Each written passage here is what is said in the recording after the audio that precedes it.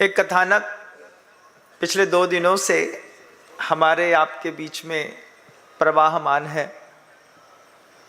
कैसे वो ज्ञान प्राप्ति के निमित्त से अन्नमत के होकर के और जैन साधु के पास आकर के दीक्षित हो गए।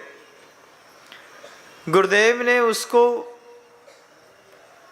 बारसाणुपेक्षा की एक पुस्तक दी और पुस्तक देकर के ज्ञान प्राप्ति की शुरुआत के लिए आचार्य किस तरीके से अपने शिष्य का माइंड सेट करते हैं, उसके लिए सबसे पहले आचार्य ने 15-17 महीने जप अनुष्ठान कराने के बाद उसके हाथ में अनुप्रेक्षा की एक पुस्तक दी और सिर्फ पुस्तक ही नहीं दी, उसको पुस्तक के साथ बैठ करके पढ़ाने के लिए उपक्रम भी किया। 12 अनुपेक्षाएं जैन शासन की एक ऐसी मां मानी गई है जिन अनुप्रेक्षाएं के माध्यम से हम अपने भविष्य का निर्माण करते हैं। आपने कभी महसूस किया हो, कोई भी घटना दुनिया में घट जाए, घटना कभी दुख नहीं देती। कोई भी घटना दुख नहीं देती, घटना की जानकारी दुख देती है। मेरे पीठ पीछे क्या घटना घट गई, इससे मुझे कोई दुख नहीं है, लेकिन एक दिन बाद अगर पता चले कि लोग आपके बारे में ऐसा कह रहे थे, किसी के बारे में भी होता है, तो सिर्फ जानकारी दुख का कारण बनती है। लोगों को जब गलत सूचनाएं प्रवाहित होती हैं, लोग जब किसी के बारे में गलत धारणा बनाते हैं, तो उस जानकारी से व्यक्ति का दिमाग खराब होता है। इधर तकलीफ होती है, क्या सोच करके, उनके सोचने का ढंग हमें दुखी कर गया। इसके कारण अंतर मन में तनाव पैदा होता है।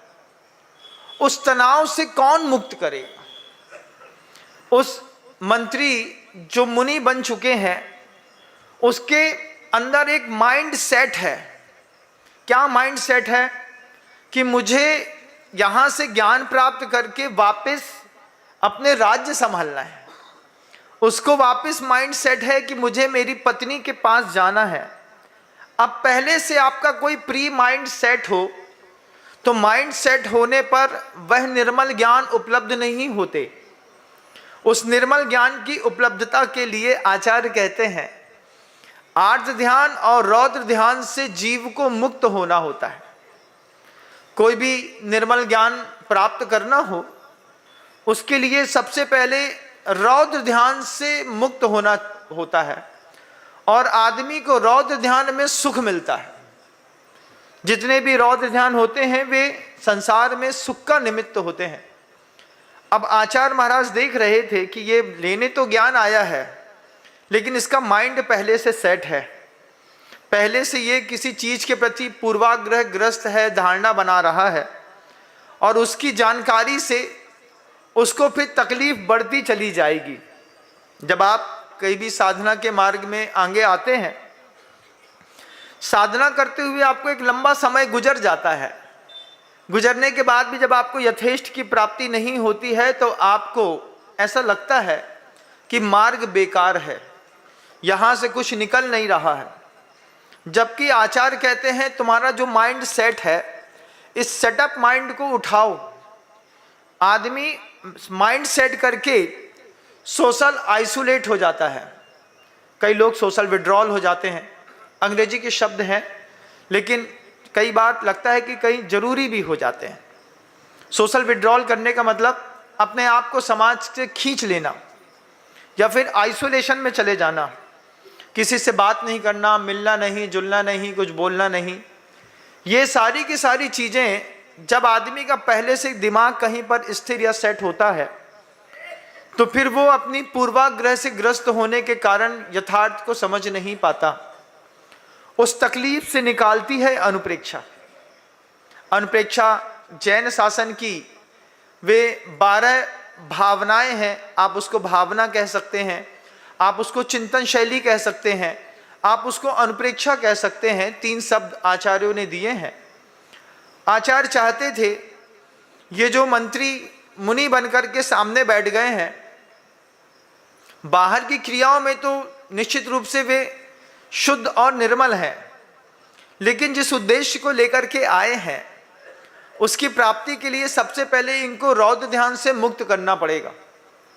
जब तक परिग्रह हमारा रहेगा, जब तक धन हमारा रहेगा, जब तक हमारे अंदर वासना रहेगी स्त्री संबंधी, तब तक वे निर्मल ज्ञान, चाहे वे अवधि ज्ञान हो, चाहे वे मनः पर्य ज्ञान हो, ये तो छोड़िए, मति ज्ञान और शुद्ध ज्ञान भी निर्मलता को प्राप्त नहीं होते जब तक व्यक्ति अपने अंतर्मन में रौद्र ध्यान नहीं छोड़ता। ये बात आचार्य उस शिष्य को समझाना चाहते हैं।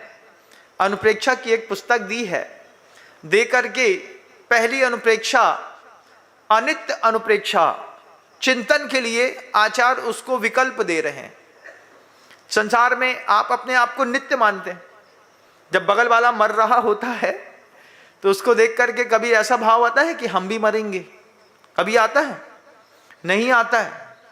एक आध दिन कभी चेस्ट पेन हो जाए बहुत तेज और अचानक पसीना छूटने लगे और प्राण संशय की स्थिति में दिखे, तब तो लगता है कि अपने भी दिन पूरे हो गए।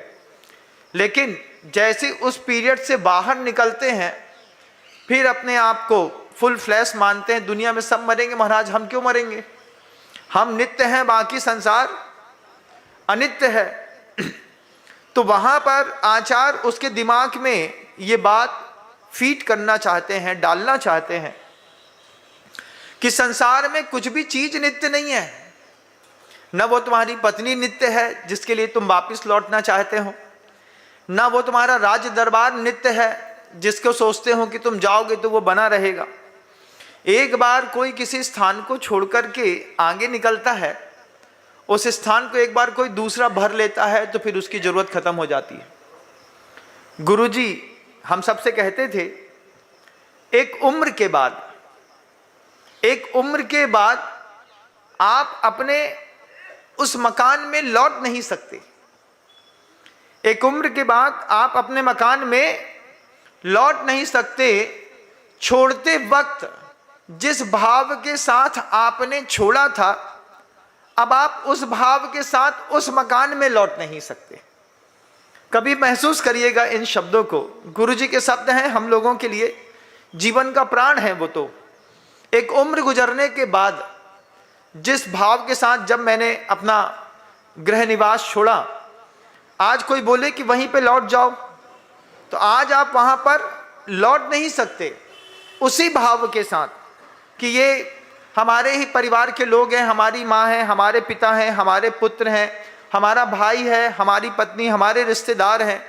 एक बार आप किसी चीज़ को छोड़ चुके होते हैं, उसके बाद वो गैप ऑटोमेटिकली दिमाग में फिल हो जाता है, माइंड सेट हो जाता है, फिर वापस वहाँ पर स्थापित होना मुश्किल है। जजनीन दोस्तों, अगर आपको मेरी वीडियो अच्छी लगती है तो प्लीज़ मेरे चैनल को लाइक, शेयर, सब्सक्राइब करिए और इसी तरह से अपना प्यार देते रहिए। धन्यवाद।